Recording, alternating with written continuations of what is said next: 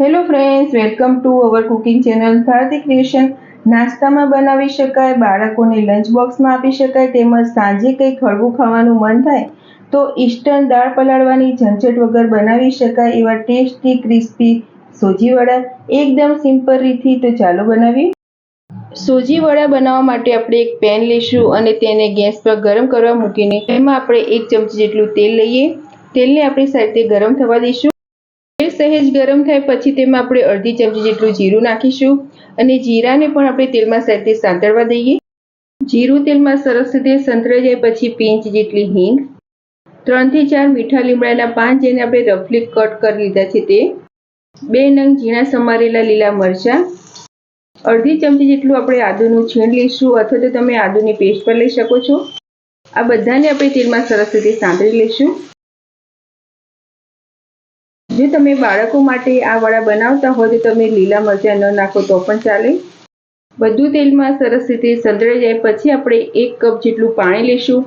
એટલે આપણે જેટલું સોજીનું પ્રમાણ લઈશું તેટલા પ્રમાણમાં પાણીનો ઉપયોગ કરીશું. ટેસ્ટ પ્રમાણે મીઠું મિક્સ કરીશું. અડધી ચમચી જેટલા ચીલી ફ્લેક્સ. હવે પાણીને આપણે સરસ રીતે ઉકળવા દઈશું જેથી બધા જ મસાલાનો ટેસ્ટ પાણીમાં સારી રીતે આવી જાય.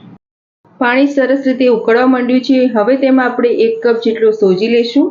સોજી આપણે જે ઉપમા બનાવવા માટે ઉપયોગમાં લઈએ છીએ તે જ લેવાનો છે અને તેને આપણે આમાં પાણીમાં સરસ રીતે મિક્સ કરી દઈશું. સોજી નાખીને પછી આપણે તેને સતત ચલાવતા રહીશું જેથી સોજીમાં એક પણ લમ્સ ન પડે. મીડિયમ ફ્લેમ પર આને આપણે 2 થી 3 મિનિટ માટે ગેસ પર રાખીશું. સોજીને આપણે પાણીમાં નાખીને 2 થી 3 મિનિટ જેવું થઈ ગયું છે અને આપણે જોશું તો જે તે ઉપમા બનાવી છે તે ફોર્મમાં આવી જશે. તો હવે ગેસની ફ્લેમ બંધ કરી દઈશું અને આ મિશ્રણને આપણે સહેજ ઠંડુ થવા દઈશું. મિશ્રણ આપણું ઠંડુ થાય છે વડા બનાવવા માટેનું ત્યાં સુધી આપણે તેની સાથે ખાવા માટેની એકદમ ટેસ્ટી સિંગદાણા અને ટમેટાની ચટણી તૈયાર કરી લઈએ. એ માટે આપણે એક આવું કઢાઈ લઈશું અને તેમાં આપણે 1 ચમચી જેટલું તેલ લીધું છે. તેલને આપણે સાથે ગરમ થવા દઈએ. તેલ સહેજ ગરમ થાય પછી તેમાં આપણે પિંચ જેટલી હિંગ નાખીશું અને 3 થી 4 ચમચી જેટલા આપણે કાચા શિંગદાણા લીધા છે તે નાખીશું. શિંગદાણાનો સહેજ રંગ બદલાય ત્યાં સુધી આપણે તેને તેલમાં સહેજ સાંતળી લઈએ. શિંગદાણા તેલમાં સરસ રીતે સંતળાઈ ગયા છે. હવે તેમાં આપણે બાકીના ઇન્ગ્રેડિયન્ટ નાખીશું. 1 નંગ રફલી કટ કરેલી ડુંગળી, 1 નાનો ટુકડો આદુનો અને 2 કળી લસણ, 6 થી 7 મીઠા લીમડાના પાન. હવે આપણે આ બધું સરસ રીતે મિક્સ કરીને હાઈ ફ્લેમ પર આને 2 થી 3 મિનિટ માટે તેલમાં સહેજ સાંતળી લઈએ. બધું તેલમાં સરસ રીતે સંતળાઈ ગયું છે. હવે તેમાં આપણે 2 નંગ રફલી કટ કરેલા ટામેટા નાખીશું. ટેસ્ટ પ્રમાણે મીઠું નાખીશું. હવે આપણે મીડિયમ ફ્લેમ પર ટામેટા સહેજ સોફ્ટ થઈ જાય ત્યાં સુધી આને સતત ચલાવતા રહીશું. આને આપણે ઢાંકીને 2 થી 3 મિનિટ માટે મીડિયમ ફ્લેમ પર થવા દઈએ. 2 થી 3 મિનિટ પછી આપણે ચેક કરીશું તો આપણે જે ટમેટા નાખ્યા હતા તે સરસ રીતે સોફ્ટ થઈ ગયા છે અને બધું જ મિશ્રણ સરસ રીતે સંતળાઈ પણ ગયું છે. હવે ગેસની ફ્લેમ બંધ કરીશું અને આ મિશ્રણને આપણે સહેજ ઠંડુ થવા દઈશું. એક આપણે ગ્રાઇન્ડર જાર લઈશું અને તેમાં જે ચટણીનું મિશ્રણ બનાવ્યું છે તે નાખીશું. ચટણીનો રંગ સરસ રીતે આવે એ માટે આપણે 1 ચમચી જેટલું કાશ્મીરી મરચું નાખીશું. હવે આપણે આને એકદમ ઝીણું સરસ રીતે ક્રશ કરી લઈશું. જો પાણીની જરૂર લાગે તો આપણે પાણીનો ઉપયોગ કરીશું, નહીંતર એમનેમ જ આપણે આને સરસ રીતે ક્રશ કરી લઈએ. વડા સાથે ખાવાની આપણી ટેસ્ટી સિંગદાણા અને ટમેટાની ચટણી સરસ રીતે તૈયાર થઈ ગઈ છે. આપણે જોશું તો આ ચટણી ખૂબ જ ટેસ્ટી બને છે અને તેમજ તેને તમે ઇડલી, ઢોસા, વડા સાથે તો ખાઈ શકો છો, પરોઠા સાથે પણ ખાશો તો પણ ખૂબ જ ટેસ્ટી લાગે છે. તો હવે આપણે આ ચટણીની સાઈડ પર રાખીશું અને હવે આપણે વડા બનાવીશું. આપણે જે વડા બનાવવા માટેનું મિશ્રણ બનાવ્યું હતું તે સરસ રીતે ઠંડુ થઈ ગયું છે. તેમાં હવે થોડા સમારેલા લીલા ધાણા મિક્સ કરીશું. હાથેથી મસળીને જે રીતે આપણે લોટ બાંધીએ છીએ તે રીતે બધું સરસ રીતે મિક્સ કરીને એક સ્મૂથ ડો જેવું તૈયાર કરી લઈશું જેથી જ્યારે પણ આપણે વડાનો શેપ આપીએ તો તે સરસ રીતે આવી જાય. બધું જ મિશ્રણ આપણે સરસ રીતે સ્મૂથ કરી લીધું છે. હવે આપણે આમાંથી થોડુંક મિશ્રણ હાથમાં લઈશું.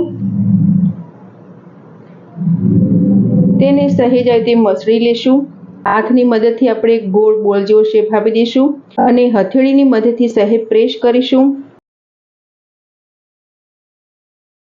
વચ્ચે આંગળીની મદદથી એક હોલ જેવું કરી દઈશું. જે રીતે આપણે મેદુ વડાનો શેપ આપીએ છીએ તે રીતે શેપ આપી દઈશું તો સરળતાથી જે તે મેંદુવડાનો શેપ હોય છે તે આવી જાય છે।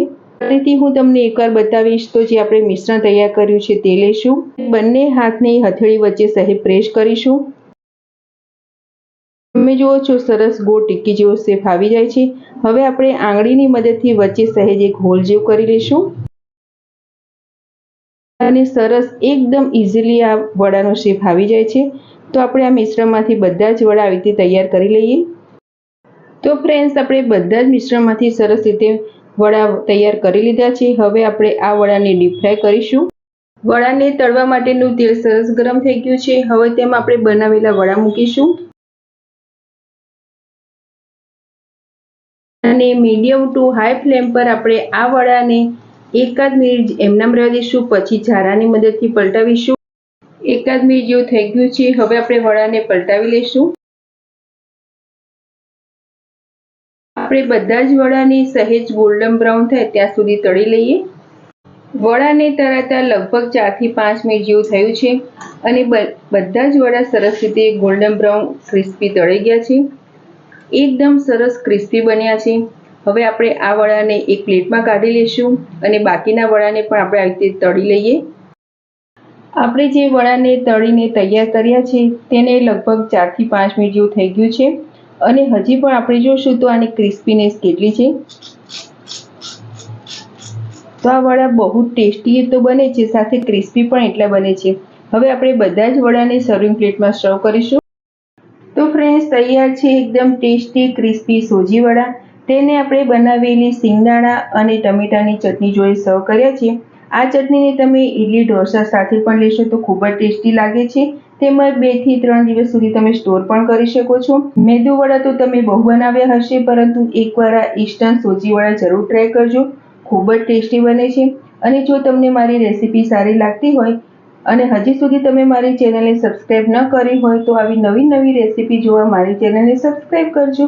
મારો વિડીયો જોવા બદલ થેન્ક યુ।